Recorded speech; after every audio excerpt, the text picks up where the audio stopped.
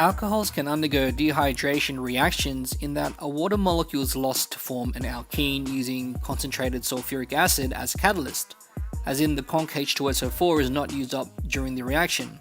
For example, when ethanol reacts with conc H2SO4, the hydroxyl functional group picks up a hydrogen ion from the acid, and then this forms water and ethylene. Our catalyst remains as is, and this all happens in one quick, smooth motion.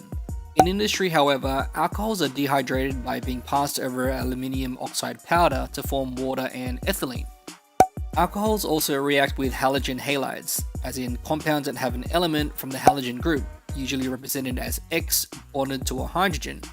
These reactions are known as substitution reactions, as a hydroxyl functional group is replaced by a halide and water is formed. For example, ethanol and gaseous hydrogen bromide to produce bromoethane and water.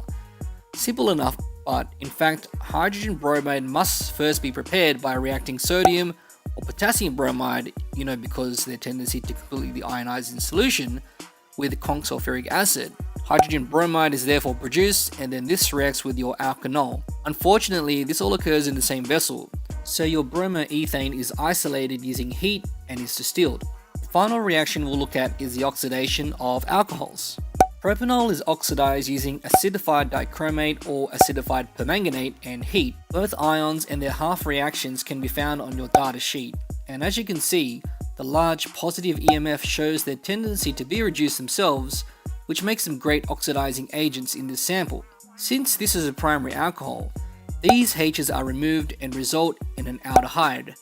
Further oxidation of this aldehyde adds on an oxygen, forming a carboxylic acid.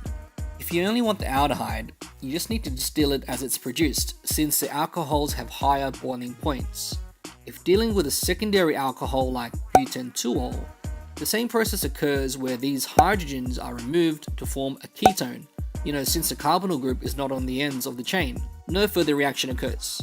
Tertiary alcohols do not oxidize because for a carbonyl group to form, carbon-carbon bonds need to be broken, and that requires way too much energy. So when trying to distinguish between primary, secondary, or tertiary alcohols, when primary and secondary alcohols are added to acidified permanganate solutions, the permanganate ion, which is a purple color, is reduced to manganate ions, which is colorless. In the lab though, a brown color is usually observed as manganese dioxide often forms. When adding a primary or secondary alcohol to acidified dichromate solutions, the dichromate ion, which is orange in color, is reduced to chromate ions, which is greenish. Since tertiary alcohols do not react, no color change should be evident.